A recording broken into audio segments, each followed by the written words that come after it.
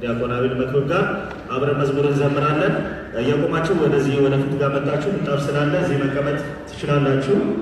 አሁን ሰው እየመጣ ስለሆነ በተቻለ መጠን ያው ተጠጋግተን እንግዲህ መቀመጥ ይኖርብናል ማለት ነው። ቀጥታው ወደ ዝማሬ ወስዳችኋለሁ።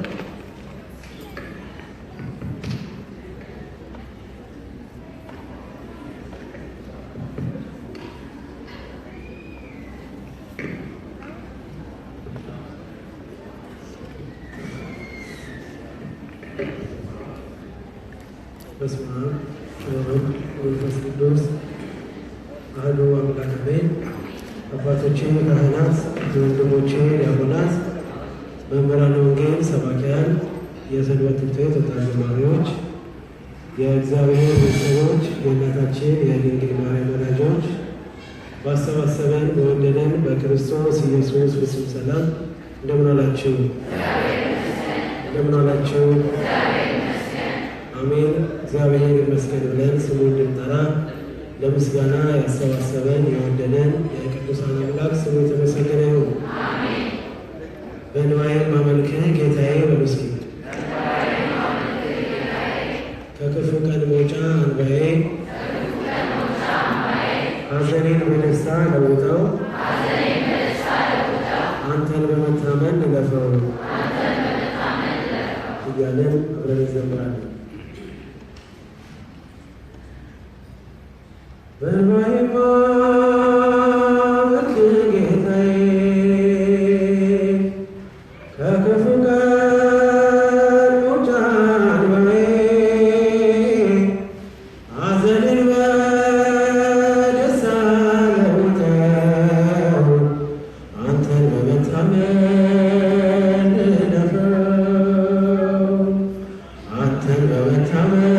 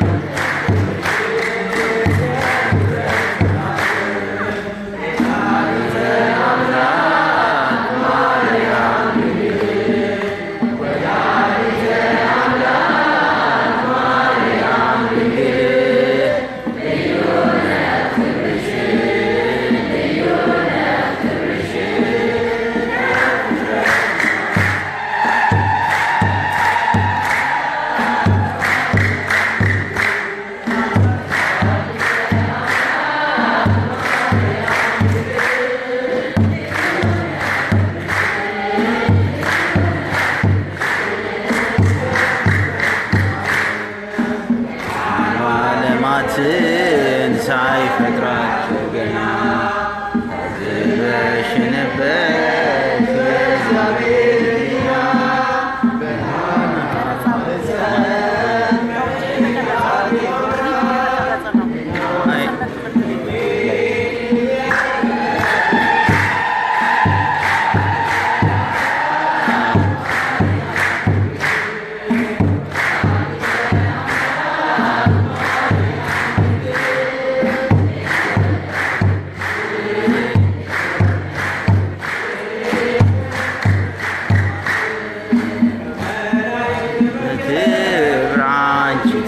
ትበልጫለሽ የሰዎች ልጆች የለም የሚመስልሽ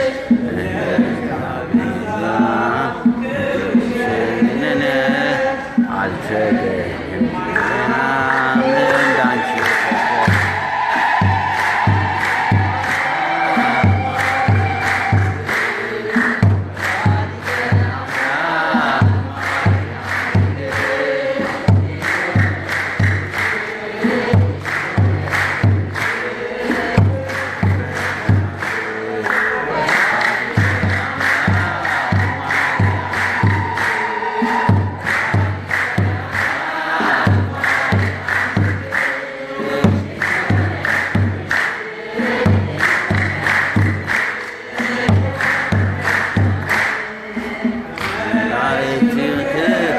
አንቺ ትበልጫለሽ ከሰዎች ልጆችም የለም የሚመስል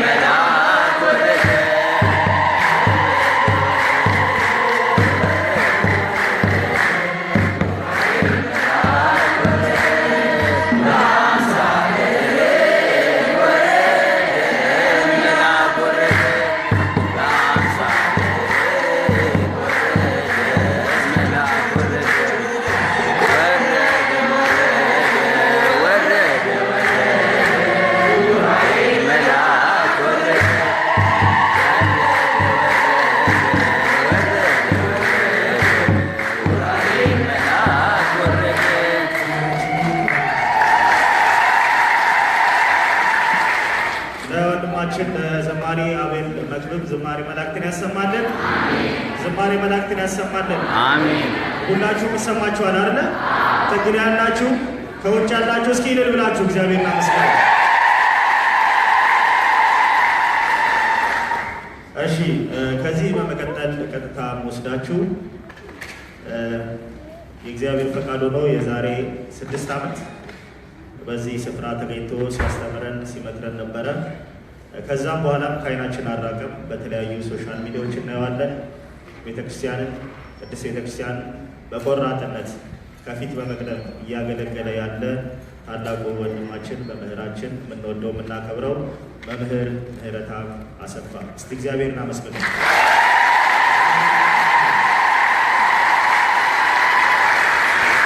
በእውነት በዚህ ዘመን እንዲህ የሰው ፍቅር የሰው መውደድን አግኝቶ ቆሞ መድረክ ላይ ማገልገል በእውነት እጅግ መታደል ነው እና መመረጥ ነው።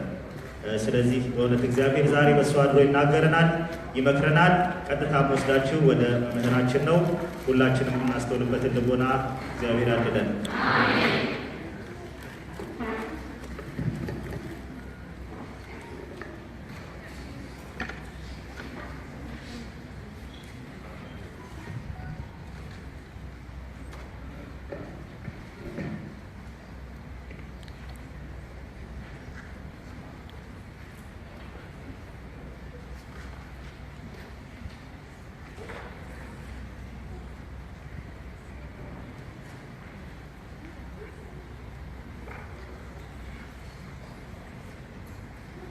በስመ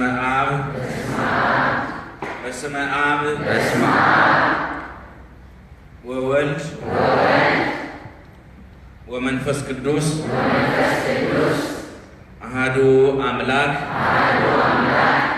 አሜን። የተከበራችሁ በተባበሩት አረብ ኤምሬት የምትኖሩ የኢትዮጵያ ኦርቶዶክስ ተዋሕዶ አባቶች፣ ካህናት እንደየማዕረጋችሁ የተከበራችሁና የተወደዳችሁ የልዑል እግዚአብሔር ቤተሰቦች ምእመናን እንደምን ዋላችሁ? እንደምን ሰነበታችሁ? የሰበሰበን የጠራን በቤቱ እንድንቀመጥ እንድንዘምር እንድናመሰግነው የፈቀደልን አንደበታችንን ያከናወነ እግዚአብሔር የተመሰገነ ይሁን። እሱ ሁን ሲለው ሁሉ ይሆናል። እግዚአብሔር ሲፈቅድ ሁሉ ይሆናል። የፈቀደልን እሱ ነው። ያለ እሱ ምንም ማድረግ አንችልም። እኛ ደካሞች ነን። እሱ ኃያልና ብርቱ ነው። ባለጠጋው እግዚአብሔር፣ ቸር የሆነው እግዚአብሔር በቸርነቱ አሁንም ስለሰበሰበን ይክበር ይመስገን። ድንግል ማርያም ወላዲተ አምላክ ክብርና ምስጋና ይድረሳት።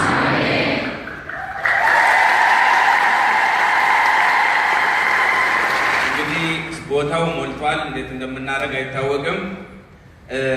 ያው መሀሉ ላይ መቀመጥ ይቻላል። እዚህም ጋር እስከዚህ ድረስ መምጣት ይቻላል። እናንተ ወደዚህ ኑና ኋላ ለሚመጡት ተውላቸው። ይሄንን እለፉ ወደዚህ። የቆማችሁ ደግሞ ረጅም ሰዓት ስለሚደክማችሁ ቦታ የፈለጋችሁ እዚህ ጋር ቁጭ በሉ። ኑና የ45 ደቂቃ መርሃ ግብር ተረጋግታችሁ እንድትማሩ ነው። ወደዚህ ትንሽ ድምፅ ማጉያ ጥሩ ነው። ይሰማችኋል? ደህና እሺ።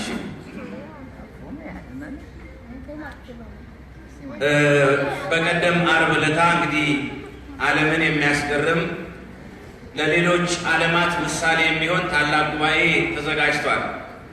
በተለያዩ ዓለማት ስንዞር በአውሮፓም፣ በአሜሪካም፣ በአውስትራሊያም በሌሎቹም አገር ቤት ጭምር ሳይቀር እንኳን ስንዞር በሚመች ሁኔታ ላይ ሆነው በቆራጥነት እንደዚህ ሲወጡ አይስተዋልምና እዚህ ግን የታየው እግዚአብሔር የከበረበት እንደ 3 ደቂቅ በእሳት መሃል እንኳን ብንሆን እናመልካለን ከተዋህዶ የሚለየን የለም የሚል ሕዝብ ተመልክቻለሁ። አሁን ከደስታው እስካሁን አልወጣውምና በእውነት እግዚአብሔር የተመሰገነ ይሁን።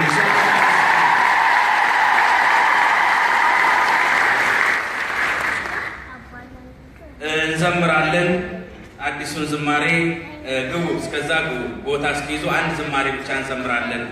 ተነሳ ወገን ተነሳ፣ የጥንቱ እንዳይረሳ። ግቡ። ገባ ገባ በሉ። ያው እዚች ጋር ቦታ አለች። እቺ ምንጣፍ ወስዋት። እዚችም ጋር ቦታ አለች። የስልክ ማስቀመጫ ራሱ እንዳይኖር ኪሳችሁ ውስጥ አድርጉ። እቺም ቦታ አንድ 5 ሰው ትይዛለች። ኑ ወለፍ ወደዚህ ከፊት ያላችሁ እኛ እንብዛ፣ ስፍራ ይጥበበን። እስቲ በሉ እኛ እንብዛ፣ ስፍራ ይጥበበን። ሰነፍ ሰው ዛፍ ይውደቅብህ፣ ሰው ይውደቅብህ አሉ። ጠረምን በወጣኝ ሰው ይውደቅብህ፣ ዛፍ ትልቅ ነው አለ፣ ግን ሞኝ ነው። ብልህ የሆነው ሰው ደግሞ ምን አለ? ኧረ እኔስ ዛፍ ቢወርቅብኝ ሰው ያነሳልኛል፣ ሰው ቢወርቅብኝ ግን ዛፉ ቆሞ ነው ማየኝ፣ አያነሳልኝም። ስለዚህ ሰው ይውደቅብኝ፣ ዛፍ ይውደቅብኛል እና ሰው ነው ወሳኙ ነገር፣ ሰው ነው። ሰው የማያደርገው ሰው የማይፈታው ነገር የለም። ዋናው ህዝቡ ካለ እግዚአብሔር ፈቅዶ ደግሞ ወደፊት አይታወቅም። እንደ ሌሎቹ አገራት የራሳችን የሆነ ሊኖረን ይችላል፣ ደግሞ እናደርገዋለን። እግዚአብሔር የተመሰገነ ይሁን። እሺ ብራና አይሰራም፣ የተሰካ ነው። ስንት ደቂቃ? እሺ እለፍ ግቡ። ያው አንቺ ቦታ እስከዛች እለፍ አለፍ። ያው አለ ቦታ ምንጣፍ ካለ ደግሞ አንድ እዚች ጋር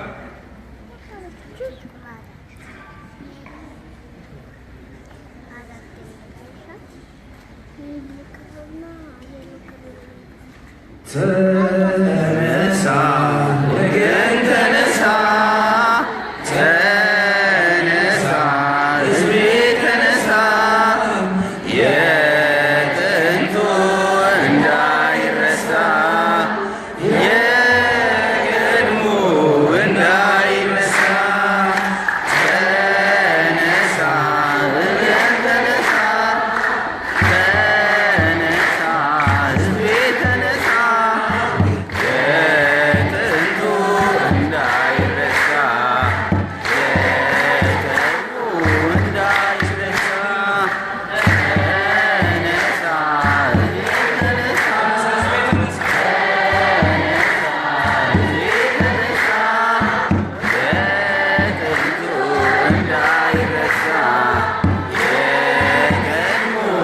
ተነሳ በውጭም ያላችሁ የተዋሕዶ ፍቅር ያለ በልባችሁ በሉና ተነሱ፣ ታሪካችን ይብቃ። ምድረ ተሐድሶ ምድረ ሐራጥቃ። ተነሳ ተነሳ ተነሳ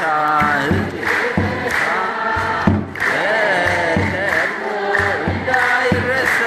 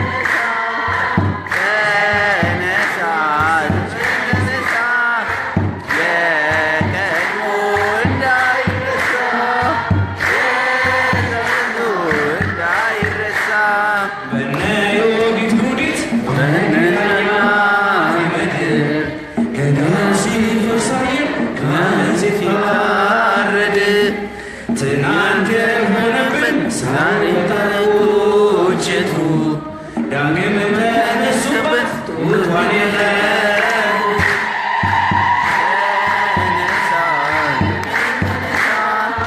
ተነሳ ሕዝቤ ተነሳ የቀድሞ እንዳይረሳ የቀድሞ እንዳይረሳ ተነሳ ሕዝቤ ተነሳ ተነሳ የጥንቱ እንዳይረሳ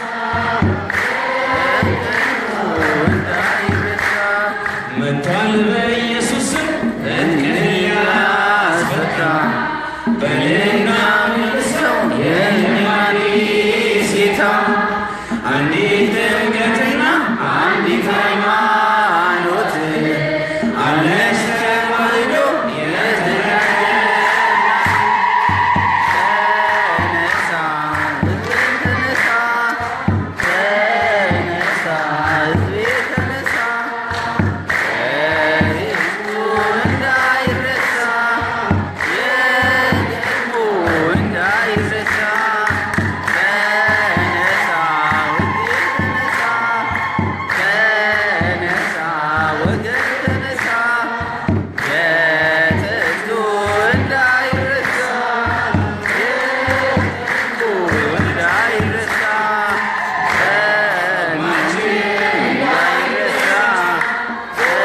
ሰማችን እንዳይረሳ ተነሳ ሕዝብን ተነሳ ተነሳ የጥንቱ እንዳይረሳ የቀድሞ እንዳይረሳ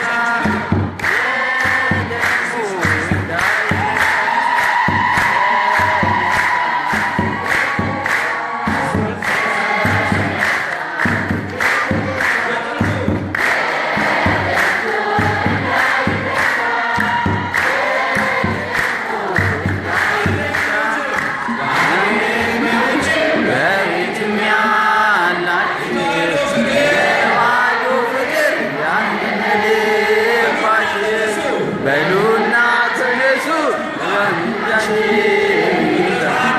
ምድረ ተሐድሶ ምድረ አራትታ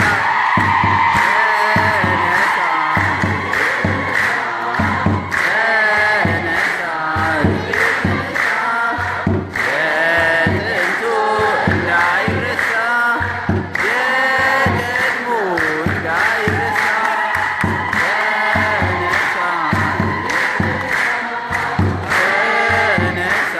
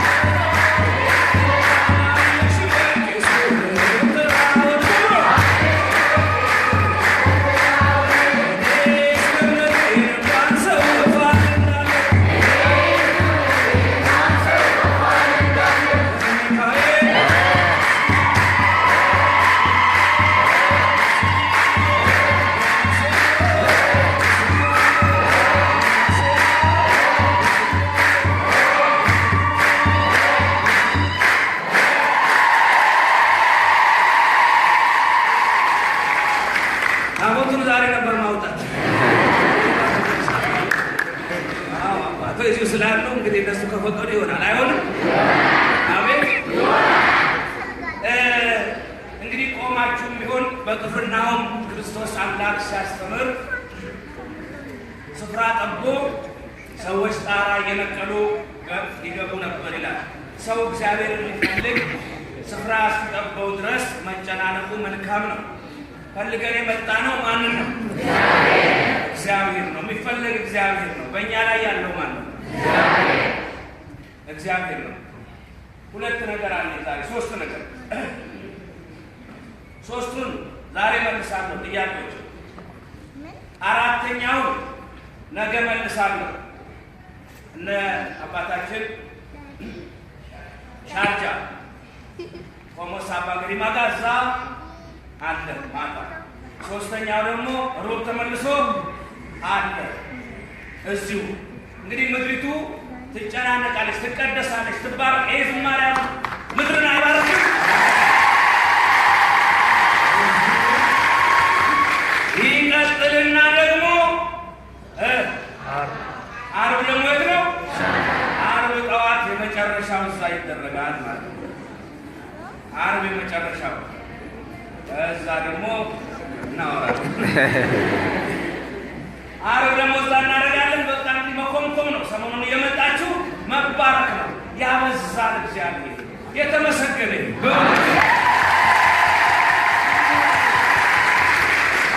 አንደኛ አሁን ሰሞኑን በዚህ በአጽናረ ቤተ ክርስቲያን በሚነሱት ላይ መልስ እየሰጠን ነው። መልስ እየሰጠን ከመልሶቹ መካከል ጥቂቶቹን ብቻ 2-3 እንመልሳለን። ቀጣዩን እንቀጥላለን። ጥያቄዎች የመጡ ስለሆነ ማለት ነው። ከነዛ መካከል አንዱ ዋናው በካህናት አባቶች ላይ ያለ ጥያቄ ነው። እህታችን አለች መሰል እዛ ሄዳ ነበረ። ኮርስ ስልጠና ወስዳለች። ከፈለጋችሁ መጨረሻ ላይ መናገር እችላለሁ፣ እስከዚህ ድረስ ተጎድቻለሁ ነው ያለችው። ምንድን ነው ይሄ? ለብዙዎች ያስተምራል። ካህናት ኃጢአትን ለጌታ ወይስ ለካህን? ኃጢአትን ለቄስ ወይስ ለክርስቶስ? ይሄ ግልጽ ሆኖ ይቀመጥልን የሚል ነው። በአጭር ቋንቋ እንደኔ የሄዱ ሰዎች ስላሉ ይመለስ ነው። ይሄን አንድ እንመልሳለን። ሁለተኛ ስለ መናፍስት እንመልሳለን። ሶስተኛ ስለ አንገት ማተም ባጭሩ ማሰርና ባለማሰር መሃል መጽሐፍ ቅዱስ ምን ይላል? ይሄን እንመልሳለን። ቀጣዮቹን ደግሞ ነገ እንመልሳለን። እስከ ዓርብ ብቻ እንቀጥላለን። እግዚአብሔር ከሁላችን ጋር ነው።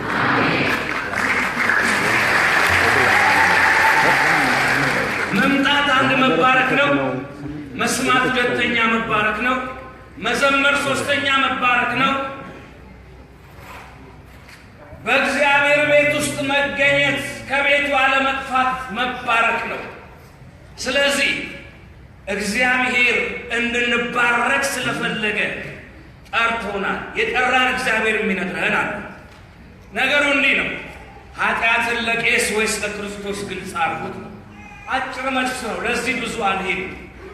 ሲጀመር ክርስቶስን የሚወድ ሰው፣ ጌታን አምኛለሁ የሚል ሰው ጌታ ያደረገውን ጌታ የተናገረውን ማድረግ መቻል አለበት። ያ ምንድን ነው? ቀጥታ መጽሐፍ ቅዱስ ምን ይላል? እናንብብ። የማቴዎስ ወንጌል ምዕራፍ 8 ቁጥር 3 እንዲህ ነው የሚለው። ማቴዎስ 5 ላይ ወደ ተራራ ወጣ ሕዝቡን አይቶ ይላል። ማቴዎስ 8 ወረደ ይላል። አንድ ለምጻም ቀረበ፣ ልታነጻኝ ትወዳለህን ብሎ ጌታን ጠየቀ። እወዳለሁ ንጻ አለው። ከለምጹ ነጻ። ለምጻም ሰው ፊት አይቀርብም፣ ይሸሸግ ነበር። የኃጢአት ውጤት ነው ተብሎ ስለሚታመን የኃጢአትም ውጤት ስለሆነ የሙሴት ማርያም እንደተመታችበት አይነት ለምጽ አሮን ደግሞ ውስጡን ከላይ ባይሆንም በዘረኝነት በሽታ ኢትዮጵያዊቷን ለምን ታገባለህ ብለው ዘረኞች ነበሩ። ኢትዮጵያዊቷን ለምን አገባ ስትል በለምጽ እግዚአብሔር አንዷታል። በኢትዮጵያውያን አትምጪ፣ ኢትዮጵያውያን ያላገባ ሰው ማንን ያገባል? ተገኝተው አላት እግዚአብሔር። ደስ ሲል እግዚአብሔር በእኛ ያለው ኩራት ለምጽ የኃጢአት ውጤት ነው። ይሄም ሰው ለምጻም ነበር ይላል። ስለዚህ ጌታ ጋር ቀረበ፣ ንጻ አለው። ግን ሂድና ራስህን ለካህን ምን በል አሳይ ነው። ሂድና ራስህን ለካህን አሳይ። ለጊዜው መስዋዕታቸውን ቢያመጡም የሚቀበላቸው ስላልነበረ በኃጢአተኛ ይታዩ ስለነበረ ከዛ መላቀቁን ለፍጻሜው ግን ራስህን ለካህን አሳይ ማለት ውሳጣዊ ማንነትህን ለካህን ተናገር። ሂድና ለካህን ኃጢአትህን ተናዘዝ። ለምንድን ነው ሰው ወደ ካህን እንዲሄድ እግዚአብሔር የፈቀደው? አንደኛ ለካህን ሂድ ብሏል፣ ወደ ካህን ሂድ ብሏል። ሁለተኛ ማቴዎስ 16 ቁጥር 16 ላይ ለቅዱስ ጴጥሮስ ምን አለ? አንተ አለት ነው፣ በአንተ ላይ ቤተ ክርስቲያኔ እሰራታለሁ፣ የሲኦል ደጆች አያናውጧትም፣ የመንግሥተ ሰማያትን መክፈቻ ቁልፉንም እንካ ብሎ እግዚአብሔር ክርስቶስ ስለ ጴጥሮስ ከሰበከ በኋላ እኔ እኮ ይገርመኛል። ቅዱሳንን ለምን ትሰብካላችሁ? አንዳንድ ሰዎች ከክርስቶስ በላይ ቅዱሳንን የሰበካለ። አንተ አለት ነህ፣ በአንተ ላይ ቤተ ክርስቲያን እሰራታለሁ፣ አንተ ብፁዕ ነህ። እኛ አባቶችን ብፁዓን ምን ችግር አለ? ምክንያቱም ክርስቶስ ጴጥሮስን ምን ብሎታል? ብፁዕ ብሎታል። ደስተኛ ነው ብሎታል። የተደላደልክ ነው ብሎታል። ስለዚህ ብፁዕ ነህ፣ በአንተ ላይ ቤተ ክርስቲያኔን እሰራታለሁ፣ የሲኦል ደጆች ላናውጣቸው አለና ሲያስረው፣ ኧረ እንዲያውም አንድ ነገር ልንገርህ፣ ቁርጥህን ወቀው። ምን ነው በናፍቅ ቁርጡን ይወቅ። ምን ነው በምድር አንተ ካሰርከው ሰማይ ሲመጣ ጋሼ ማነው ያሰረ እለዋለሁ። ጴጥሮስ የሚባለው እገሌ የሚባለው ካህን ቄስ ነው ካለ አልፈታም። ተፈቶ ከመጣ ማነው የፈታ? አባ እገሌ የሚባሉት ቆሞሱ ስልጣንህን አላክ። እኔ እሳቸው የፈቱትን አላስብም። በምድር ያሰርከው በሰማይ የታሰረ ነው፣ በሰማይ በምድር የፈታኸው በሰማይ የተፈታ ይሆናል። መፍታት ማሰር ስልጣን አላቸው። ጴንጤና አንድ ቄስና ጴንጤ ገጠር ኢትዮጵያ አብረው ሲሄዱ የሞተች አህያ አወቅ ባዩ መናፍቅ መምሬ ይቺ አህያ ለምን ፍታት አትፈታም አላቸው። ለምን እሱ መተረጉ ለምን ፍታት እንደማትፈታ ታውቃለህ አሉት። አላውቅም፣ ጴንጤ ስለሆነች ነው። ከበሮ የለው፣ ጸናጽ የለው፣ መቋማ የለው፣ ካህናት የለው፣ ባዶ ነው። ምንም እኮ የለም። ታቦት የለ፣ ጽናው የለ፣ ዕጣን የለ፣ ምንም በሌለበት ባዶ ውስጥ ነው ያሉት። መጽሐፍ ቅዱስ ላይ የተነገሩት አንድም ነገር የለም። መላእክት የሉ፣ ጻድቃን የለ፣ ጸበል የለ፣ እምነት የለ፣ ምን ነገር አለ? ባዶ እኮ ነው። ለዚህ ያለ በምድር ያሰርከው በሰማይ ታስረናል። ሄደ ክርስቶስ አላባ ነው ያዙ። ማሰር መፍታት የማን ስልጣን ነው? የካህናት ወሉ። ይሄ እኔ ምህረት አምነኝ ወይስ ክርስቶስ ነው? የክርስቶስ ቃል ይከበር ወይስ ይሻል? ቀጥሉ። አላበቃም። ክርስቶስ አሁንም እንዲህ አለ። የዮሐንስ ወንጌል ምዕራፍ 20 ቁጥር 23 ላይ ምዕራፍ 20 ቁጥር 23 ላይ እናንተ ኃጢአታቸውን የያዛችሁባቸው ከላይም ይያዝባቸዋል፣ እናንተ ያልያዛችሁባቸው አይያዝም። መያዝ፣ ማሰር፣ መፍታት የካህናት ስልጣን። ጥሩ ይበቃናል። ጥቅስ አላበዛም። 1000 ጥቅስ መጥቀስ ይችላል በዚህ ጉዳይ ይበቃል። ሰዓት ለካህናት ስልጣን የሰጠ ማን ነው በሚለው እንስማማ። በጣም ለምንድን ነው ሰው ለካህን ሄዶ ኃጢአቱን እንድናዘዝ እግዚአብሔር የፈለገ? ለምን የሰራነውን ኃጢአት ለምን ፈለገ? ሰው ኃጢአት ሲሰራ ሰው ነው እግዚአብሔር ነው የሚፈራው? ንገሩ ነው ሰው ነው። እዚህ አካባቢ አበሻ አለ፣ አበሻ ይበዛል። እዚህ ሆቴል አበሻ ይበዛል። ስለዚህ አበሻ ወደ ሌለበት ሰፈር ሰውና ምን ፈረው እዚያ አካባቢ የገሊታን እሷ አየች ማለት አገር አወቀው ማለት ነው። ስሜን ትበክለዋለች። እቺም አበሻ ሰው ነው። ምን ፈራ ኮፍያ ዝቅ አድርገን ጨለማ ተገና አድርገን ሀገር ቀይረን መጋረጃውን ወጥተን ኃጢአትን የምንሰራው ሰውን ስለምንፈራ ሰውየው ወደ ሰው አዝመራ ገባና የበቆሎ እሸት ቆርጦ ዶንያ ውስጥ ሞላና ወደ ላይ አየ። መጨረሻ ይወጣስ ጌታው ለካ ማማ ላይ ቁጭ ብሏል። ደነገጠ። አትደንግጥ ምን ነው ድሮውንም ወደ ላይ አይተህ ቢሆን ወደ ባሰ ጥፋት አትገባም ማለት ነው። የሰው ልጅ መጀመሪያ ወደ ላይ ካየ ምን አይሰራም? በህሊናና በእግዚአብሔር ፊት ንጹህ መሆን። እግዚአብሔር ያያል ማለት እግዚአብሔር አምላክ ያያል። ህሊናዬ ደስ አላለውም ማለት ህሊና ይላል። ዝም በል እየደበደበ ዝም በል ኧረ ተው። ህሊና እንደ ህሊና ደስ የሚል ነገር አለ? ህሊናችን እኮ ያውቀዋል። ሰው ስልክ ስለሙሉ 10 አናነሳ። ከዛ ምነው አታነሳም ሲል ውይ አላየሁትም ነበር ደግሞ ይተች ህሊና ሰው ይላል። ኧረ አይተኸዋል። ህሊና አያችሁ፣ ህሊና የሚባል ነገር ለሰው ልጅ አለ። እንዲህ የሚል በቃ እግዚአብሔር ህሊና ለሰው ሰጥቶታል።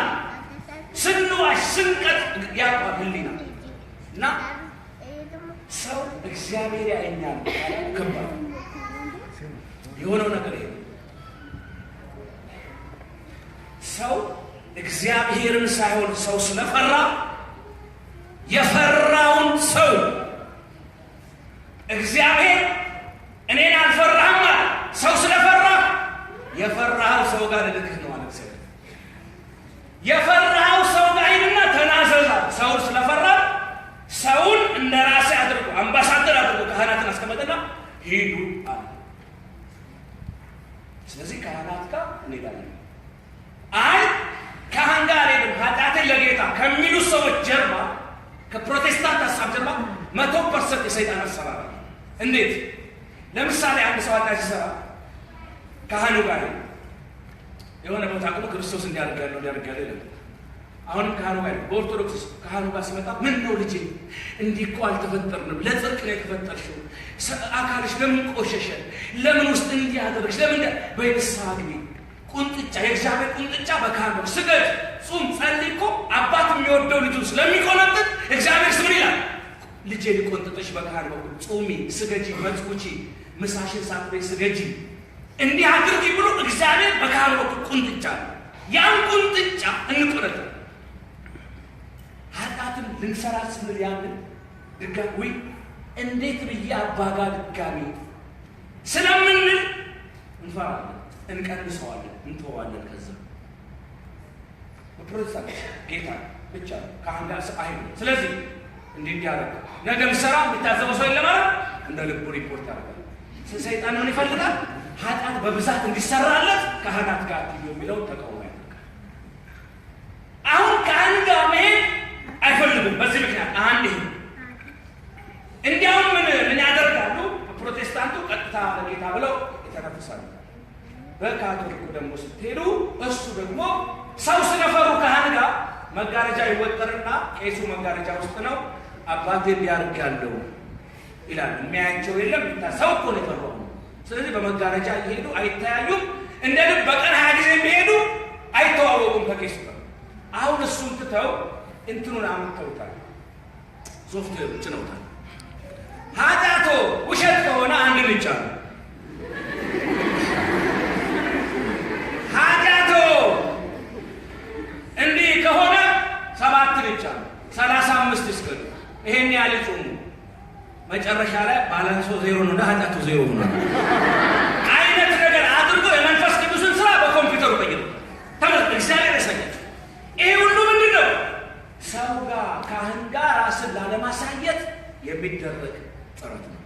ክርስቶስ ግን ያለው ሂድ እርስ ኃጢአት ግን ተናገር። ምን ይላል? ያዕቆብ በምዕራፍ 5 ቁጥር 16 ላይ እርስ በርሳችሁ ተናዘዙ ሲል ሰው ኃጢአቱን እንደሱ ሰው ለሆነ ሰው ያ ማለት ለተመረጠው ካህን ይናገር። ኃጢአትን መናዘዝ መናገር ያስፈልጋል። ትክክለኛው ይሄ ነው፣ ኃጢአታችንን መናዘዝ። ከዚህ ውጪ ኃጢአትን ለካህን መናዘዝ ተገቢ ከሆነ ቀጥሎ ማወቅ ያለብን ካህናት ጋር መሄድ ግድ ከሆነ ቀጥታ ማወቅ ያለብን ካህኑ ጋር ስንሄድ የካህኑ ስልጣን ምንድን ነው? አሁን ሁለት ነገር፣ አንደኛ ካህን ጋር መሄድ ግዴታ ነው መጽሐፍ ቅዱሳዊ። ሁለተኛ ካህናት ጋር እንዳንሄድ ሰይጣን ስራውን ይሰራል። ለምን? ካህናትን በማስጠላት እንዲህ ናቸው፣ እንዲህ ናቸው፣ እንዲህ ናቸው፣ እንዲህ ናቸው። ቆይ የሥጋ አባትና እናታችን እስከ ዛሬ በድለው አያውቁም? ወንጀል አይሰሩም? አባቴ እንዲያደርገ የማይረባ ብሎ ለሰው የሚናገራለ? ሰርቆ እንኳን ቢታሰር አባት ለምን ታሰረ ሲባል አይ ዝም ብሎ ሰው ሊያገላግል መሀል ገብቶ በማግባው ጉዳይ ነው ብለን ለመሸፍ። ይሄ ነው የሥጋ አባታችን። ሰክሮ ወድቆ እኮ ምን ሆኖ ነው ሲባል እንደው ማታ ስራ ደክሞት ገብቶ አደናቅፎት ወድቆ እንደዚህ ነው። ገመና ለአባት ለእናት መሸፈን ስንችልበት የሥጋ አባት ገመና እየሸፈን የሃይማኖት አባት ገመና ግን መሸፈናቸው ቢወርቁ እንኳን ፓስተሩ ሳይወርቅ ቀርቶ ነው፣ ወንጀል ሳይሰራ ቀርቶ ነው። አሁን የራሳቸው የእኛን ካህናት ግን ያጎሉታል። ለምን? ይሄ የሰይጣን አስታሩ ሰው ከካህን እንዲርቅ ካህን ጋር እንዲጠላው ማድረግ። እንደው ሰው ናቸው፣ የሥጋ ድካም እኮ አለባቸው። እና ካህናትም እኮ ንስሐ አባት አላቸው።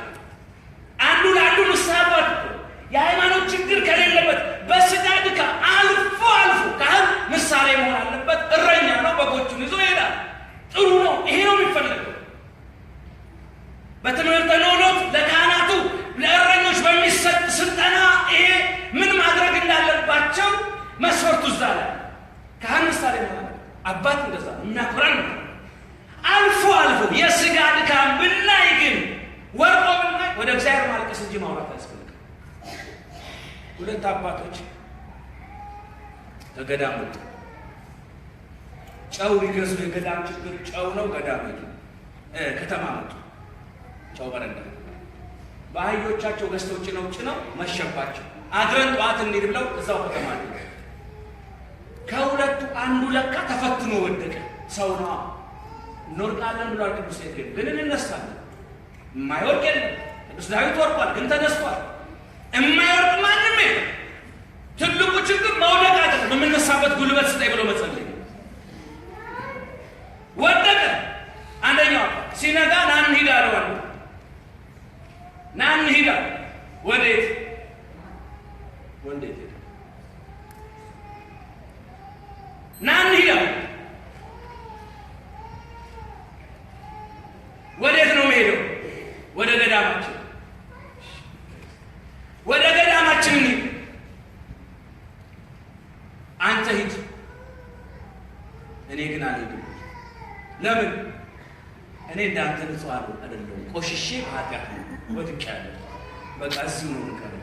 እንዴ አለ ጓደኛዬ። ከስንት ሴት ጋር ነው ያደርከው አለ። ከአንድ ነው። እሱማ ከአንድ ነው አለ። ኧረ እኔ አለሁ አይደለም ወይ?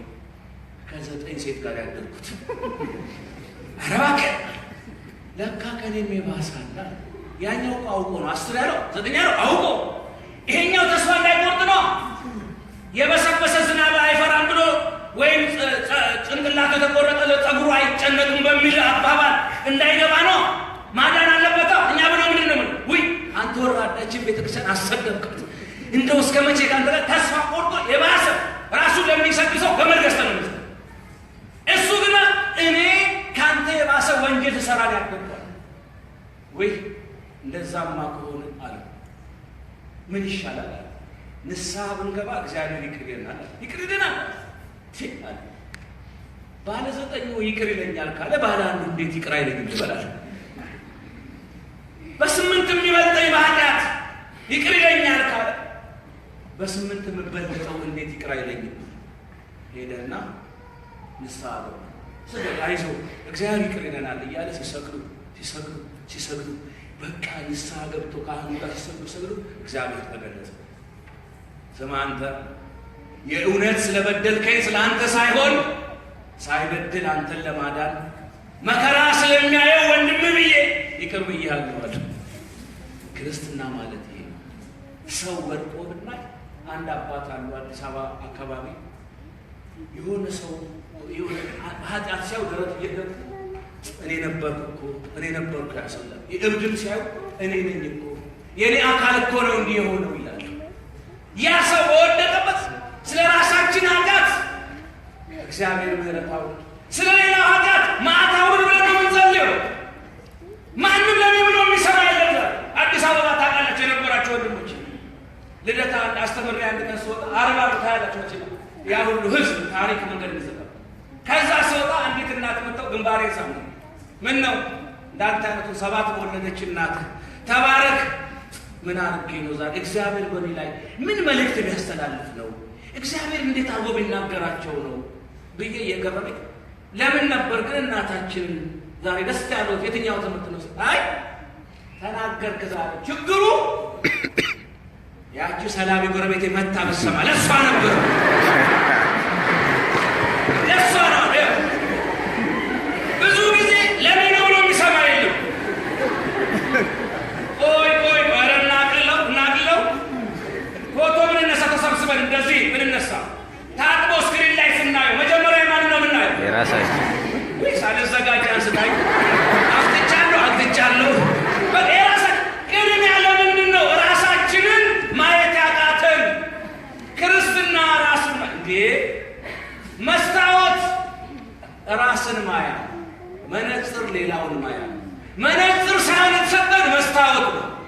ራሳችንን የምናይበት ሴትዮይቱ መስታወት በሌለበት ዘመን ልጃቸው ከአሜሪካ ገጠር ሄዳ ከዛ አዲስ አበባ መስታወት ነበረ ይዛቸው መጣች። ቡቲክ እናት የፈለግሽው ልግዛቸው ሲገቡ የራሳቸውን መልካኝ ውይ የማናት አስጠያሚ አሉ።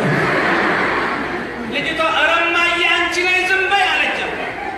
ውይ እኔ ሆነኝ እንዴ ለአባትሽ አዘንኩለት ይሄን መልክ ችሎ መኖሩ። ልብ በሉ የሰው የመሰለን ነገር መልሶ የማን ነው? ሌባ ያን ነው ቅርጹ ላይ እንጂ እኛው ሌቦች ውሸታም ስንል እኛም እኮ ውሸታሞች። ስለዚህ መጀመሪያ ራስን ማየት በተለይ የአባቶችን ገመና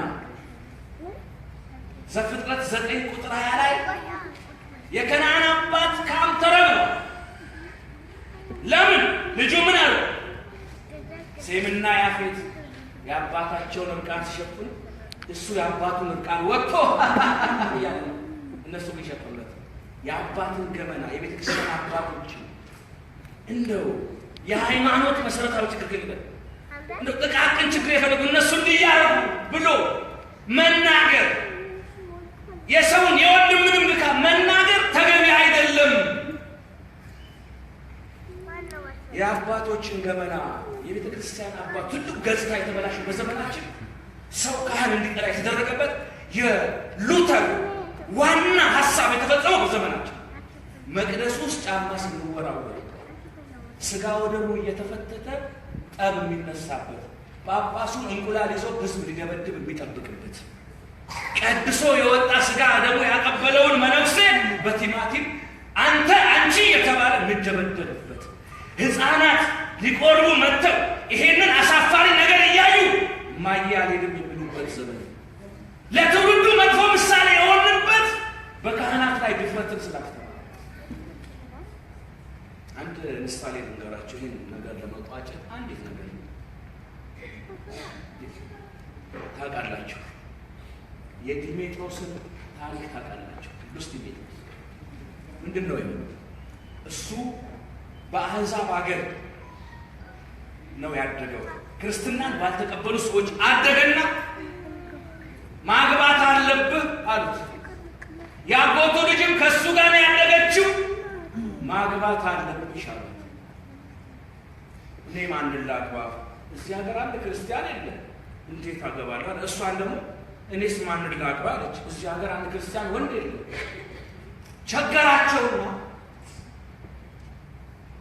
እርስ በርስ አጋባቸው። ከአሕዛብ ከምናጋባቸው ይኸው የችግር ተጋቡ ሲኖሩ ገቡ፣ ጫጉላ ቤት ገቡ።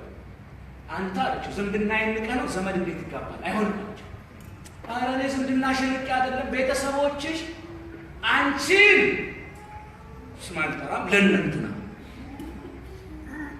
እኔን ደግሞ ለእንትና እንዳይድሩ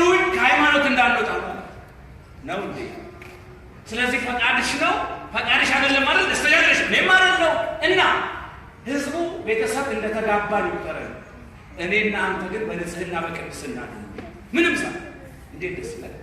ለካ ለህሊና ይኖራል፣ ለካ ለእግዚአብሔር ይኖራል፣ ለካ ይቻላል። አምሮ መኖር ጀመሩ።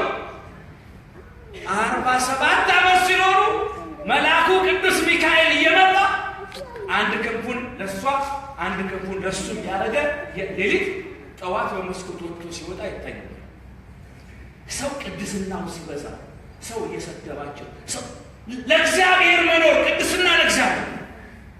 ከዛ በማርቆስ መንበር ላይ የተቀመጠ ዩልያኖስ ወይም ዩልዮስ 16ኛው በማርቆስ መንበር ላይ ተቀምጧል። ዋናው ኤጲስቆጶስ ሊቀ ጳጳሳት። ከዛ ምን ሆነ? በሚሞት ወደ እግዚአብሔር መሄድ በቀር ደረሰ። ህዝቡ ሽማግሌዎችን ሰበሰበ። እኔ ልሞት ነው፣ ወደ እግዚአብሔር ሄድ ስለሆነ በእኔ ቦታ የሚተካ ሰው ፈልጓል። አንተ አዝነህ ጸልየህ እግዚአብሔርን ለምንልን እንጂ እኛ ምኑን እናውቀዋለን አሉት። ግድ የለም እሺ ጸልያለሁ፣ እናንተም ጸልዩ አለ። ሲጸልይ ቅዱስ ሚካኤል ህልም አሳየው። ምን አይነት ህልም አሳየው? አንድ ሰው ያልበሰለ የወይን ዘለላ ጎምራ ያለ ከእርሻው መካከል ይዞ መጥቶ ሲሰጠው አየ። ይሄ ነው በአንተ ቦታ የሚነግሰው የሚቀመጠው አለ፣ ህዝብ የሚመራው። ልክ በዛን ቀን ደግሞ ዲሜጥሮስ ከባለቤቱ ጋር እንግዲህ እግዚአብሔር ግን በእድና ወንድነት ነው ያቃቸው ከእሷ ጋር እርሻ ሲያመጡ ያልበሰለ የወይን ዘለላ አገኙ። ይሄንማ ለአባቶች ነው እንዴት ያምራል! ጥሩ ጥሩ ለካህናት እንዴት እንላለን ዛሬኛ የምንባረክበትን እናስባለን። ይሄን ለአባቴ ነው የጣፈጠውን የላመዳ አባቶቻችን ናቸው። ስለዚህ ይሄንን ለአባቴ የምባረክበት ነው አሉ አንዳንድ ጎበዝ ክርስቲያኖች። ካህናት አባቶችን የያዙትን ስልጣን ስለሚያውቁ የሚሰጡትን ክብርና የሚቀበሉትን ዋጋ ስለሚያውቁ የሚያደርጉ በዛ ዘመን እንዲሆነ ይዘው ሄዱ። በራእይ ለካ አሳይቶታል።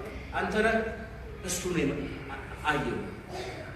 ይሄ ነው ማለት ነው አለ። ተሰበሰበ፣ ህዝቡን ሰበሰበና ሊሞት ሲል ሽማግሌ ቆጥሮ አባቶችን ጠርቶ በእኔ ቦታ አባት የሚሆናችሁ ይሄ ነው ብሎ ይሄ ነው አላቸው። ከዛ ሞተ እሱ ወደ እግዚአብሔር ሄደ። ተሰብስበው ሄዱና ዙፋኑ ወንበሩ ያለ አባቱ ላያድርምና ናና ቁጭ በል እኔ ድንግላዊ መነኩሴ አይደለሁም አለ። አያቸው በትዳር ላይ ያለ ድንግል የሆነ ሰው ቦታው ላይ ይቀመጥ። ስለዚህ እኔ ለቦታው ብቁ አይደለሁም ማለት አረ አባታችን ተናግሯል፣ ግዴታ ነው ብለው ለምነው እግሩ ላይ ወድቀው አመጣው። በግድ ብቻ ነው እሱ የበቃ ስለሆነ ህዝቡ ሲቆር አንተ ገና ነው ኃጢአትህን በደንብ አላጠብከም፣ ቆይ አንተ ሌላ ቀና ይላል። አንቺ ቁረቢ፣ አንቺ ቁረቢ፣ አንተ አትቆር። የበቃ ነው እሱ ያያቸው ውስጣቸው። ከዛ ምን አለ እንዴ በአባታችን በማርቆስ መንበር ላይ በድንግላን መነኩሴ መቀመጡ ሳያንሰው እንደገና ደግሞ አንተ ቁረብ፣ አንቺ አትቁረብ፣ ማን ስለሆነ ነው እሱ እያለ ሰው በጥስጥስ በሐሜት ቡና መጠጫ አረገ። መልአኩ መጣና ሰው በሐሜት ከሚጎዳ በማያውቀው ነገር ራስህን ለህዝቡ ግለጥ አለ። መጣና እሺ አለ። ደመራ ደምሩ አለ። ደመራው ተደመረ። ሲያገለግል ከሚስቱ ጋር ፍህሙን ወስዶ ከደመራው ላይ ነጠላሽን አምጪ ይላታል። በስፍስፍሬ ነጠላዋን እንዲህ ስታረግ ፍህሙን ሲያስቀምጠው አይቃጠልም። ህዝቡ አይቶ ምን ተአምር ነው አለ። ደመራ መሀል ገብቶ ደግሞ እየተመላለሰ ያጥናል። ምንድን ነው ምናየው? ባልና ሚስቱ ምንድን ነው መተሳኘት? እኔ ሾምበት ከብርበት ብዬ አይደለም፣ እናንተ በማታውቁት ነገር በሐሜት እየተጎዳችሁ ነውና መልአኩ ራስህን ግለጥ ብሎኝ ነው። እኔና እሷ ባልና ሚስት አይደለንም፣ እንደ እህት እንደ ወንድም በንጽህና በቅድስና ነው የኖር ነው። ለእግዚአብሔር ስውር መነኩሴ ዓለምን ናቅኩ ነኝ፣ ለእናንተ ግን በዓለም የምኖር ነኝ። ጋብቻ ኃጢአት አይደለም፣ እግዚአብሔር የባረከው ነው። ለሚችል ራሳቸውን ስለ መንግሥተ ሰማያት ጃንደረቦች ያደረጉ ተብሎ በተነገረው መስመር ውስጥ ነኝ አላቸው። አባታችን ይቅር በለን፣ በጸሎተ ንስሐ ደግሞ ሁሉንም እግዚአብሔር ይፍታችሁ ብሎ አሰናበታቸው። አያችሁ፣ አንዳንድ ጊዜ የምንጎዳው በማናውቀው ነገር ነው። አንድ ነገር ልናገር። ሁለት መንፈሳት ከገዳም ወጥተው መንገድ ሲሄዱ መንገድ ላይ አንዲት የታመመች ሴትዮ አዩ። ያችን የታመመች ሴትዮ በገዳሙ ሕግ ሴት መንካት ክልክል ነው። አንደኛው አባት ፍቅር ከሕግ በላይ ነው፣ ስለዚህ ግድ የለም ልሸከማት ልትሞት ነው ብሎ ተሸከማትና ወንዝ አሻግሮ ሆስፒታል አድርሷት ከሰው አገናኝቷት ከጓደኛው ጋር ጉዞ ቀጠለ። አንደኛው አኮረፈው። ምን ነው አለው። ሴት ነክተሃል፣ የገዳም ሕግ ሽረሃል። አዎ ነክቻለሁ። ዞር በል እንዳትነካኝ። ሴት ነክተሃል፣ የገዳም ሕግ ሽረሃል። ዞር በል እንዳትነካኝ እያለ ወዳጄ እኔ እኮ አንዴ ተሸክሜ አውጃታለሁ፣ አንተ ግን አሁንም በልብህ ተሸክመሃታል። ሰው ኃጢአት ሲሰራ እግዚአብሔር ይመዘግባል፣ ሰይጣንም ለመጨረሻው ቀን ይመዘግባል። እግዚአብሔር ሰው ንስሐ ሲገባ እግዚአብሔር ይሰርዛል፣ ሰይጣንም ይሰርዛል። ዛሬ የሆነ ሰው በበደል እናየዋለን፣ እግዚአብሔር ጋር ንስሐ ይገባል፣ እግዚአብሔር ሰርዞታል። ሰይጣንም ያን አይቶ ሰርዞታል። እግዚአብሔር ከሰረዘ በኋላ ሰይጣን ሰርዟል። ሰይጣን የሰረዘው ሰው አይሰርዝም። ዛሬ በተዘዋዋሪ ሰው ከሰይጣን አንሷል። እግዚአብሔር የሚመች ልቦና ይስጠን። ስለዚህ በሰው ላይ ያለ አንፍረድ። በማን በካህናት ላይ ሌላ እንድታውቁት የምፈልገው በዛ መስመር ውስጥ የነበራችሁ ቆቡን መስቀሉን አስጥለው በሱፍ ወደ ከረባት ቀይረው ያን ክብር ገፈው የካህናትን ክብር ለናቁ ሰዎች የመጨረሻ የምናገረው በደንብ እንድትይዙልኝ፣ የካህናት ክብር ከመላእክት ክብር ይበልጣል። የካህናት ክብርና ስልጣን ከመላእክት ይበልጣል። እንዴት ነው? ትንቢተ ኢሳይያስ ምዕራፍ 6 ላይ በበጉ በዙፋኑ ፊት ይላል፣ በመንበሩ ፊት ሱራፌል ከእግዚአብሔር የሚወጣው እሳተ መለኮት ስለሚያቃጥላቸው በሁለት ክንፋቸው ፊታቸውን እንዲህ ሸፈኗል። ፈርጥ እያቃጥላቸው በሁለት ክንፍ እግራቸውን ሸፈኗል፣ በሁለት ክንፍ ደግሞ ይበራሉ። ከስድስቱ ክንፍ 4ቱ መከላከያ። እሳታውያን የሆኑ ሱራፌል እንኳን ሊነኩት አይችሉም። ይችላሉ እነሱ የማይችሉትን ካህናት ግን ዕለት ዕለት በመንበሩ ላይ ሥጋ መለኮትን ደመ መለኮትን አማናዊውን ቅዱስ ሥጋውና ክቡር ደሙን ዕለት ዕለት ይፈትቱታል። ለበቁ አባቶች ይታያቸዋል። ካህን ቀድሶ ሲወጣ እጁ በትኩስ ደም የተነከረልን ለበቁት። ለዛ ነው ካህናት ሲሆኑ እጃቸውን የምንሳለመው እሳተ መለኮትን ስትፈትቱ ነበረ ብለን ነው የምንሻማው። ለዛ ነው ሥጋዬ ነው ደሜ ነው ያለ እግዚአብሔር ሥጋውን ደሙ በዕለተ ዓርብ የተሰዋውን ሥጋ የፈሰሰውን ለዓለም ቤዛ የሆነውን ደም። ስለዚህ ካህናትን ንኩን አስባርኩን የምንለው ለዛ ልብ በሉ። መላእክት የማይነኩትን ካህናት ይነኩታል። እንዲያውም ይላል ቅዱስ ጳውሎስ በአንደኛ ቆሮንቶስ ምዕራፍ 3 ላይ በመላእክት ላይ እንኳን እንደምንፈርድ አታውቁም ወይ አለ። እንዲያውም ይላል ያዟቸዋል። እንዴት ወግ መቼና የት? ዮሐንስ አፈወርቅ በሚኖርበት ሀገር ንጉሥ አርቃሊዎስና ንግሥት አውዶክሲያ የሚባሉ ይኖሩ ነበር። ከዕለታት አንድ ቀን ልጅ እየወለዱ ሲሞት ምነው ልጅ ወልደን ማያድግ ሲሉ ጎረቤቱ ደግ ካህን ክርስትና ባያነሳው ነው አለ። ከዮሐንስ አፈወርቅ የሚበልጥ ደግ የት አለ ብለው ናና አንሳልን አባታችን አሉት። ሲወልዱ እየወለዱ የሚሞቱበታል። ልክ እንደ ወይዘሮ የሽመቤት የቀዳማዊ ኃይለ ሥላሴ እናት 8 ጊዜ ወልደው 8ቱም ልጅ ሞቱባቸው። ኃይለ ሥላሴ 9ኛ ያስፈለጋቸው 9ኛ ኃይለ ሥላሴ ከሞተ ማኅፀን እግዚአብሔር ሕይወት ያወጣል። የተቆረጠውን እግዚአብሔር ይቀጥላል። ብዙ ጊዜ በሕይወታችን አበቃ ብለናል። እግዚአብሔር ግን አላበቃም ብሎ እያኖረን ነው። ስለዚህ እየኖርን ያለነው በራሳችን ቀን ሳይሆን በእግዚአብሔር ቀን ነው ወገኖቼ። እሳቸው ከእሳቸው በኋላ ወንድም እንዲሆን ይወለዳል ሲባል ደግሞ እናቲቱንም በሞት ይዟቸው ሄዱ። ከፊት 8 ገድሉ፣ ከኋላ አንዱን ከእናቱ ጋር ገድሉ ከዛ ውስጥ ታሪክ ሰሪ ሰው እግዚአብሔር ሲያወጣ ይሄ እግዚአብሔር በደረቅ ግንባር አይፈታም። በአውሎና በወጀብ መንገድ አለ ሲባል ቋንቋ ነው። ከአይምሮ በላይ የሆኑ ነገሮች እግዚአብሔር ያደርጋል። መሬት ያለ ዘር ሴት ያለ ወንድ ከአይምሮ በላይ ነው። ለሰው የማይቻል እግዚአብሔር ይቻላል። ኤችአይቪ ነው በሽታሽ፣ ካንሰር ነው አትድኝም፣ በጸበል ሄዶ ይድናል። ለሰው የማይቻል ለማን ይችላል?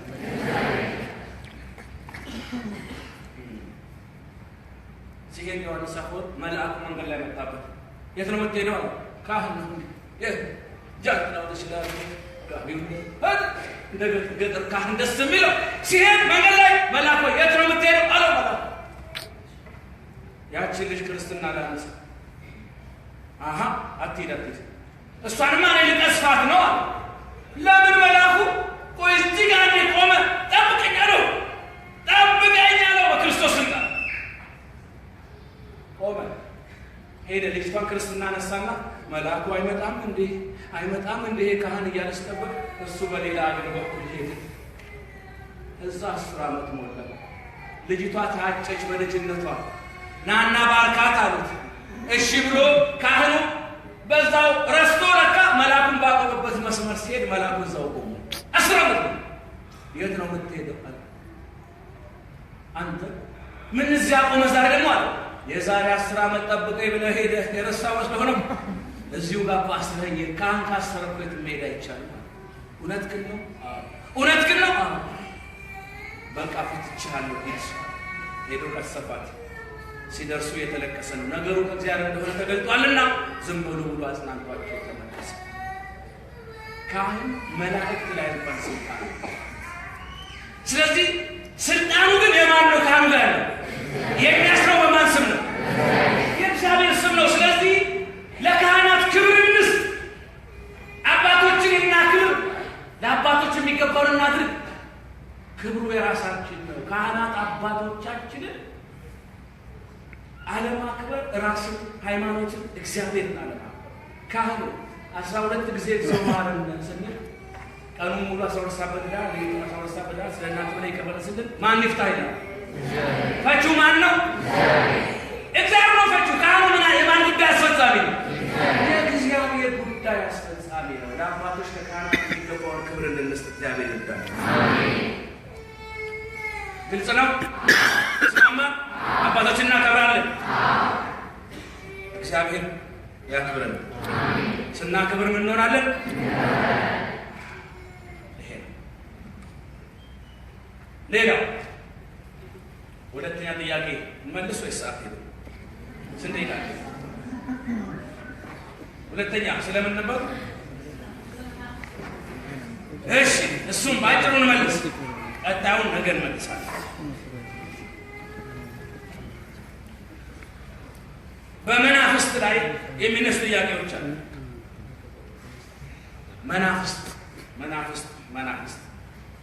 መናፍስት ርኩሳን መናፍስት የሚባሉ አሉ፣ ቅዱሳን መናፍስት የሚባሉ አሉ። የተፈጠሩት ያው በዕለተ እሑድ በመጀመሪያው ቀን ነው የተፈጠሩት መላእክት።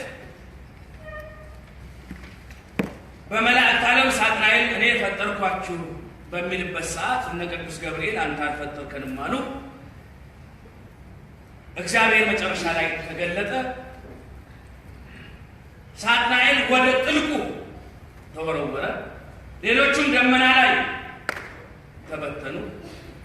አንዳንዶቹም በአቋም የጸኑት ደግሞ ከሱ ጋር የነበሩት በአቋም የጸኑት ደግሞ ለመዓት ቀን የሚላኩ ሆነው እግዚአብሔር ጋር ቀሩ። ስለዚህ በአጠቃላይ መለያየት፣ መከፋፈል በመላእክት ዓለም የመጣበትና ሰይጣን ወደ ጥልቁ የተወረወረበት ራሱን የቻለ በከተማ በነገድ ከፋፍለን የምናይበት ሰዓት አይኖርም። ዋናው ነጥብ ግን ደመና ላይ የተበተኑ አሉ፣ ለመዓት ቀን የሚላኩ እግዚአብሔር ጋር ያሉ አሉ፣ በጥልቁ ያሉ አሉ። አሁን እነዚህ በጥልቁ ያሉ መናፍስት ወደዚህ ዓለም እየመጡ የሰው ልጆችን ያስጨንቃሉ። በዚህ ዓለም ላይ የሰው ልጆችን የሚያስጨንቁት በሰው ላይ እያደሩ። ቅዱሳን የማን ማደሪያ ናቸው? የእግዚአብሔር። ጠንቋዮች የማን ማደሪያ ናቸው? የሰይጣን ማደሪያ ናቸው። ስለዚህ ሰው እግዚአብሔርን ክዶ ሰይጣን ያንተ ነኝ ካለ የዚህ ዓለም ገዢ ዲያብሎስ ይዋረሰዋል። ጠንቋይ ማለት ነው። ጠንቅ በሰው ላይ የሚውል ክፉ ነገር የሚውል ማለት ነው። ስለዚህ በዚህ ክፉ መንፈስ ዓለማችን እየተሰቃየች ያለችበት ሁኔታ አለ። ከጥልቁ ሆነ በሉቃስ 8 ቁጥር 26 ላይ ዲያብሎስ በጣም ከሚጠላቸው ስፍራዎች አንዱ ጥልቁ የሚባል ቦታ ጥልቁ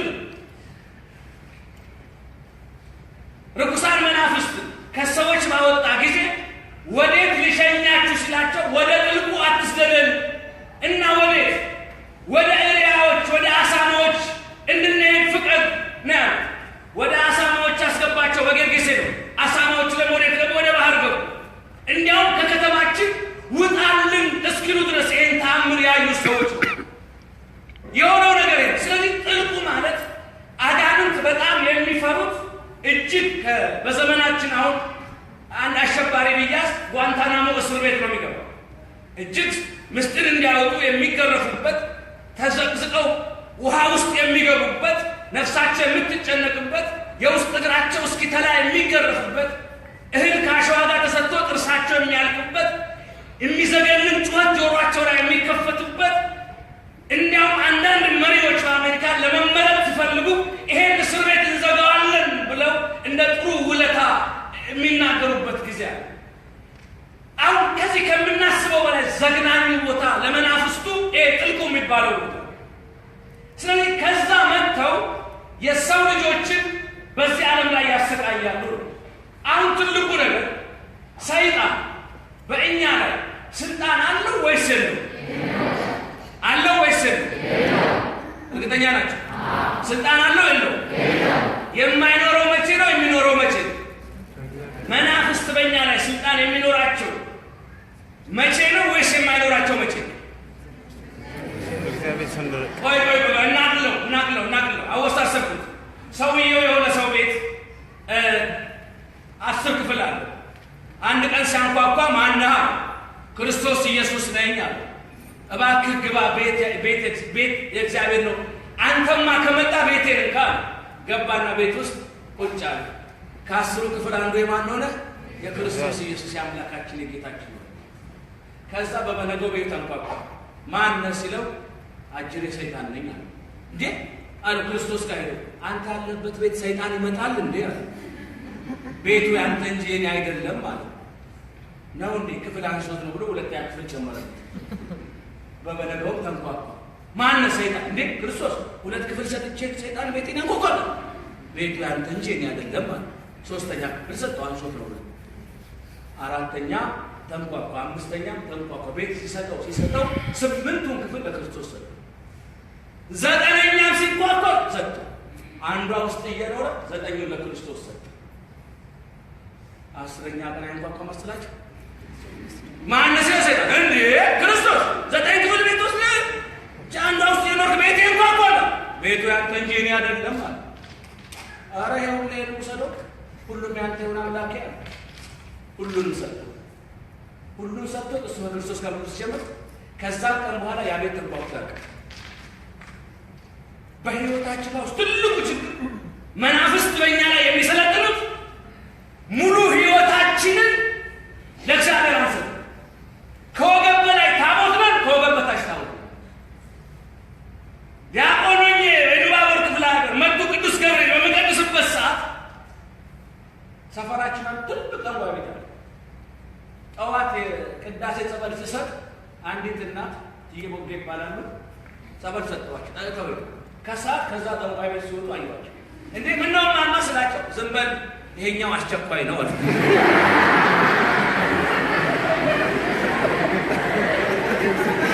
እና ምንድነው ሰው እዛም ይሄዳል እዚህም ይሄዳል። የእግዚአብሔርን ማይፈር ምን ወተቱም ማይጉደል ጥጃውን ማይክሳ ይባላል በገጠር። ወተቱ ካልጎደለ በደንብ እንጠጣ ካል ጥጃው ይከሳል።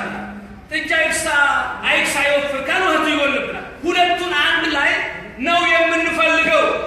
ብዙ ሰው በመናፍስት ዓለም ይሄዳል። በህይወቱ ላይ የማይገባ ነገር ያደርጋል። የስልብና መንፈስ የሚጠቀሙ አንዳንድ ሰዎች አሉ። መናፍስት ጋር ጠንቋዩ ጋር ይሄዳል። ከሄዱ በኋላ የገሌን ሀብት ስበህ ወደ እኔ አምጣልኝ ይላል። ይሄ የሚሆነው እንዴት ነው? ልባችን በእግዚአብሔር ሙሉ በሙሉ ካልተያዘ ሊሰራ ይችላል በእኛ ላይ።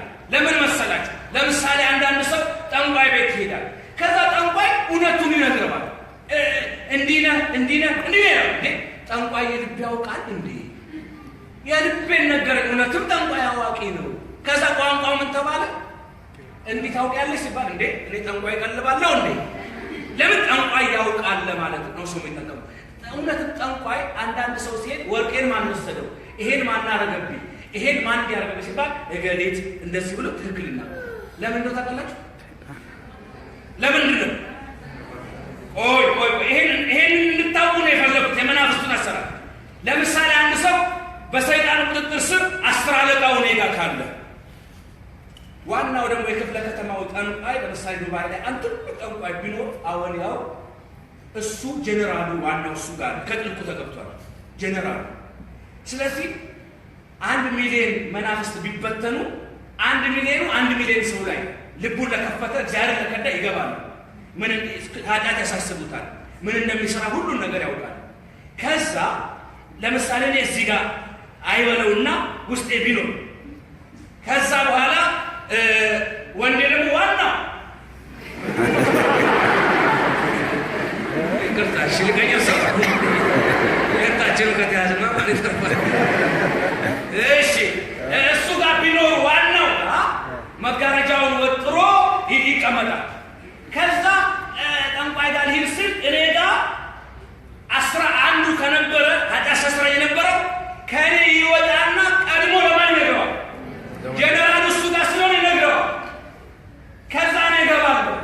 ስገባ አንተ ምረታ እንዲህ አስበሃል፣ እንዲህ ስታደርግ ነበር፣ ይሄ ነው ሀሳብ፣ ይሄ ነው ማን የነገረው? እኔ ውስጥ የነበረው የነገረውን ምስጢር ያንን እያወጣ ይዘከዝከዋል። ከዛ ሲያሰራኝ የኖረውን ለአለቃው ነግሮ ከዛ ምን ይባላል? እውነትም ጠንቋይ ያውቃል፣ እውነትም ስለ እኔ ያውቃል ብለን እንናገራለን። ነገር ግን ልባችን ለክርስቶስ ብቻ ከሆነ ለሰይጣን ዝቅ ሆነ በእኛ ላይ ስልጣን አለው? ስለኛ ማወቅ ይችላል? በፍጹም ስለኛ ማወቅም ስለኛ ምንም ነገር ማድረግም አይችልም። እኛ እኮ ነን ያለ ደረጃው ያለ ቦታው ስልጣን ሰጥተነው ከፍ ከፍ ያደረግነው። እሱ እኮ የወደቀ ነው። እሱ እኮ የተረሳ ነው። ምን አቅም አለው በኛ? ምን ስልጣን አለው በኛ? እኔ በጣም ነው የሚገርመኝ። ደረጃ የሰጣችሁት እናንተ ናችሁ። ቤት ተዘግቶ ከቆየ እንኳን እናቶች ጨረስ ሲወዱ ገጀራ ይተራሳል። ምን ነው የሚባል አጅሬ እንዳይቀር በገጀራ ነው እሱ። እናቶች ከልጃቸው ሲጣሉ አንተ ልጅ ሰይጣን እንዳታመጣ አላችሁ ማለት ነው ያስቀመጣችሁ ሰይጣን ቋንቋው ራሱ በር ተዘግቶ እንኳን ዳር ቆመን ነው ይውጣ ምንለው ነበር ቤታችን ውስጥ። እና ለሰይጣን የሌለውን ደረጃ ማዕረግ የሰጠነው እኛ እሱ የወደቀ አቅመ ቢስ የተረሳ ነው።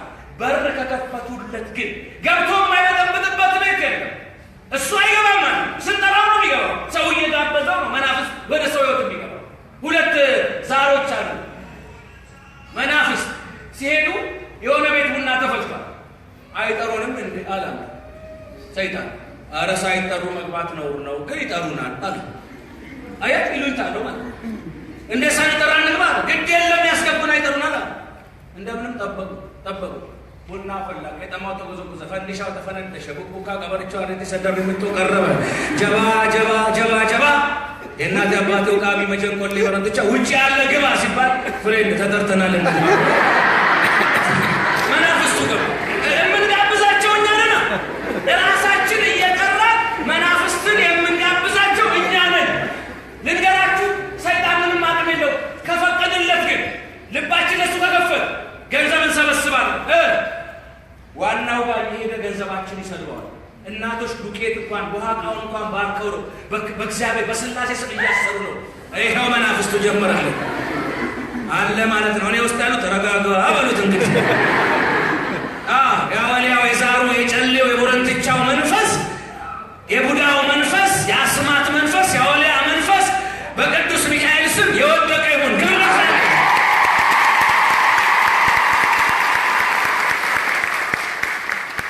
አካውንት መሰል አለ። አባቶች መስቀል ይዘዋል፣ ያቃጥሉታል። ሚካኤል ያቃጥሉታል። ያቃጥለዋል? ማን ያቃጥለዋል?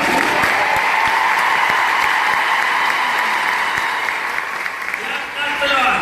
እስቲ የሐዋርያ መንፈስ ይውደድ፣ የዛር መንፈስ ይውደድ፣ ጨሌ ይውደድ፣ ወንትቻ ይውደድ፣ ስማት ይውደድ፣ መተት ይውደድ፣ እና ይውደድ፣ አስማንዶስ ይውደድ።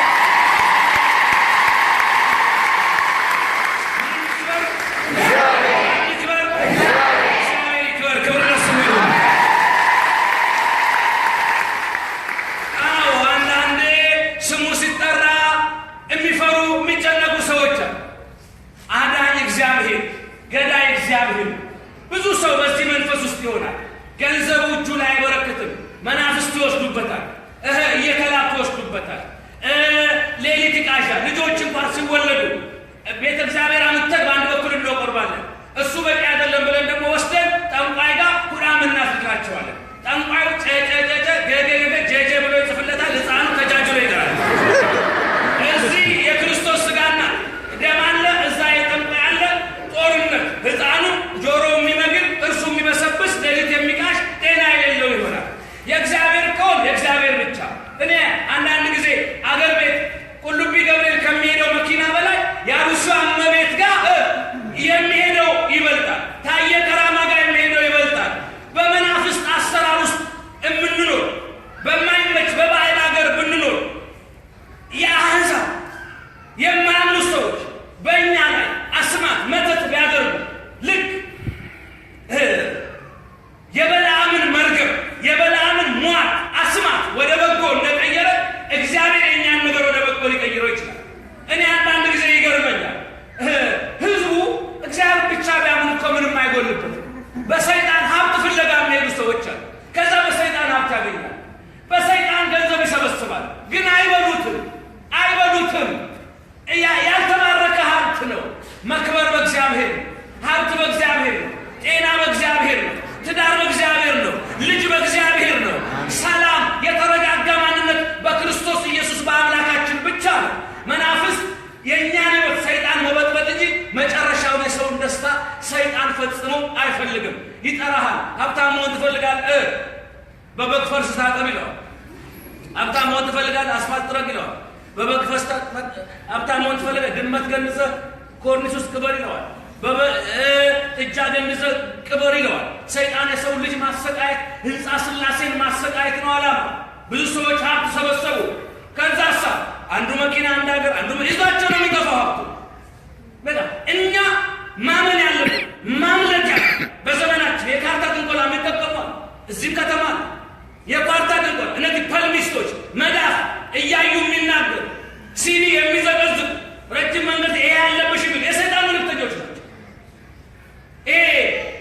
አጠቃላይ ጋዜጣ ጀርባ ላይ የሚወጡ ስኮርፒዮ አስትሮሎጂ ታውረስ አታውረስ ስኮርፒዮ ካንሰር የሚባል ከጀርባው ላይ ወራትን የቆጠረ እነሱ ሁሉ በመናፍስት ስር ያሉ ናቸው።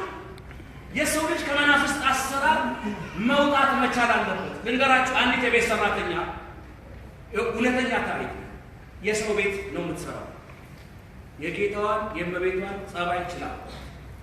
ግን እነግራችኋለሁ ታሪክ የሰሩ የቤት ሰራተኞች በቤት ሰራተኛ የሶሪያን የጦር አዛዥ በጸበል አምኖ እንዲመጣ የንዕማንን ሚስት የጀነራሉን ሰብካ እመቤቷን ቀይራ እመቤቷ ጌታዋ የአገሩ ንጉሥ የሶሪያ ኢየሩሳሌም ተሰዳ ተስደታለ። ወንጌል አውደ ምሕረት ብቻ ነው ባለችበት እመቤቷን ሰብካ ጋሼ እኮ አገራችን ሄደው ቢጠመቁ ነቢያት ዘንድ ቢሄዱ ለምጻቸው ይድናል ቢሊየን ብር አለው፣ ግን ጤናን መግዛት አልቻለም። ለወጠች እመቤቷ ጌታዋ ንጉሡን ሄዶ በዮርዳኖስ ጸበል ተጠምቆ ድኗል። የሰው ልጅ እምነቱን ባላችሁበት እምነታችሁን መጠበቅ መስበክ ይቻላል። ከዛ በኋላ ስለ ያቺ የቤት ሰራተኛ አይነት ታሪክ ያላት ልጅ አገር ቤት አለች። ሰው ቤት ስትሰራ 3 ዓመት ጸልያለች። ይሄ የሚታይ ጸሎት ለሰው አይደለም፣ ለእግዚአብሔር ንባብ አይደለም። እሷ አይነት ጸሎት ነው የምትጸልየው። ውዳሴ ማለት ተቆጣ ጠንቋይ ከፊቷ አዳን ሞት ይባላል። ህዝብ ያሰገደ ወታደር ቢፈራው መንግስት ቢፈራው አንድ ቀን ያጠንቋይ በጂ የከተማ የተወጣ መኪና ማቆሚያ ነው በሯ ፊት ለፊት ላይ ነው እሷ ወጣለች እሱ አንድ ቀን ነው ምን ሆንካ ማለት ወደዛ ማዶ ቤት ያቺ ልጅ ወዳለች በቤት ያሳየ አለ ፖሊሶች ምን ሆንካ አለ ምን ሆናለ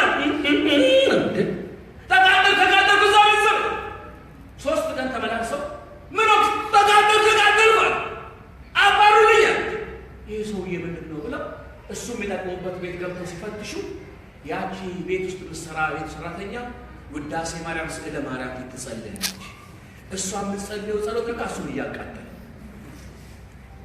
የእግዚአብሔርን ስም ስንጠራ ሰይጣን አቅበል መናፍስት አቅበላቸው ጥንቆላ አስማት መተት ይሄ ሟርት ድግምት በእኛ ላይ ስልጣን ብቻ እኛ እንጸልይ ስትበሉ የትም ቦታ አማትባችሁ በምንም ሁኔታ ውስጥ ብትሆኑ ቢከለከሉ ለምግብ ማማተሪያ መቼም አትጠፋ መታጠቢያ ቤት ገብቼ መጣሁ ብሎ ማለት ይችላል እና አይጠፋ ምግባችሁን ባርካችሁ አንድ እግዚአብሔር የለም የሚባል ክፍል ውስጥ አንድ ቄስ ተጠሩ እንዳሉ የጦር ጀነራሎች ናቸው እግዚአብሔር የለም የሚሉ ናቸው እሳቸውን ጠሯቸው እንጀራ ተቆርጦ ቀረበ ያንሱ አባቴ አላቸው መጣች ላለች ያንሱ አላቸው በስመ አብ ወወልድ ወመንፈስ ቅዱስ ካሉ አበቃላቸው ይገደላሉ ሳይባርኩ ደግሞ ከበሉ አጅር ያለው ይሰለፋል 10 እንጀራ በልተው ቤት እንደገባ ይታወቃል አብሩ ነው ይላል ስለዚህ ሰለባውና ምን አለው ገረማቸው የቱ ይሻላል ገረማቸው እንደዛ ብያለቸው ልጄ ምንድን ነው የምትይ ከዚህ ላንሳ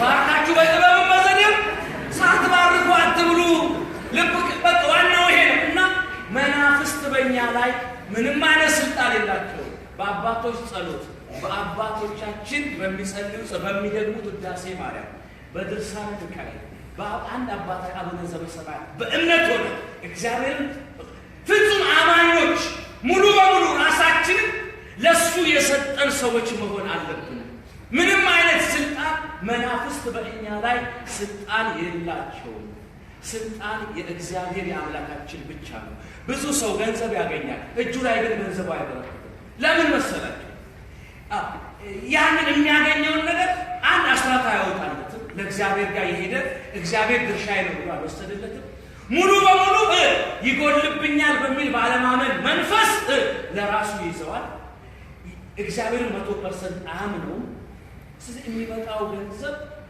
በእግዚአብሔር ስም ስላልታሰረ በእግዚአብሔር ስላላስባረከው ይወሰድበታል ብዙ ሰው ይቃዣል እንቅልፉን ያጣል ይጨነቃል ለምን በእግዚአብሔር ውስጥ አለመኖር የሚያመጣው ችግር ነው እግዚአብሔርን ካመንነው ወገኖች እግዚአብሔር ምንም የሚያጎልብን ነገር የለም በመናፍስት ዓለም ያሉ ሰዎች ደግሞ መጨረሻቸው ሞት ነው ምንም አይነት ሞት የላቸው አሁን ክፉ መንፈስ ዓለምን የሚቆጣጠርበት ሰዓት ላይ ያለ የ666 ዮሐንስ ራዕይ ምዕራፍ 13 ላይ ያለው ክፉ መንፈስ ዓለምን የሚቆጣጠርበት ሰዓት ላይ ያለ አሁን አልተወለደም 666 የሚወለደው እስራኤል ውስጥ ነው አባቱ ከኤሳው እናቱ ከዳን ወገን ነች ስለዚህ የአርመኔ ሰው መቃብር ላይ ቆማ ነው መጥቶ አንድ አሕዛብ ከኤሳው ወገን የሆነ አሕዛብ የሚያስረግዛል በድንግልና ጸንሼ በድንግልና ወለድኩ ያለች አውሬው መንፈሱን ያሳድርበታል ሰይጣን እኔ ክርስቶስ ነኝ ብሎ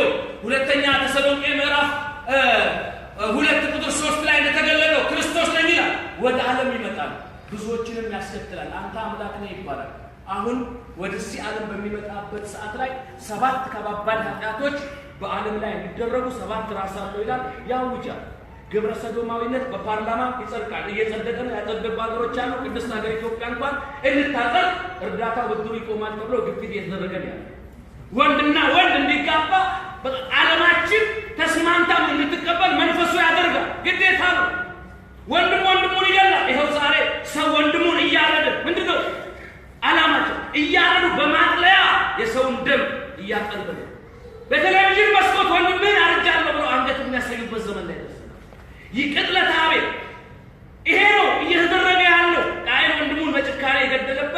የክፉ መንፈስ ዘመን ነው ይሄ አሰራሩ። ዛሬ ቴሌቪዥን ክፈቱ፣ ቢቢሲ፣ አልጀዚራ፣ ሲኤንኤን ምንድን ነው የሚለው?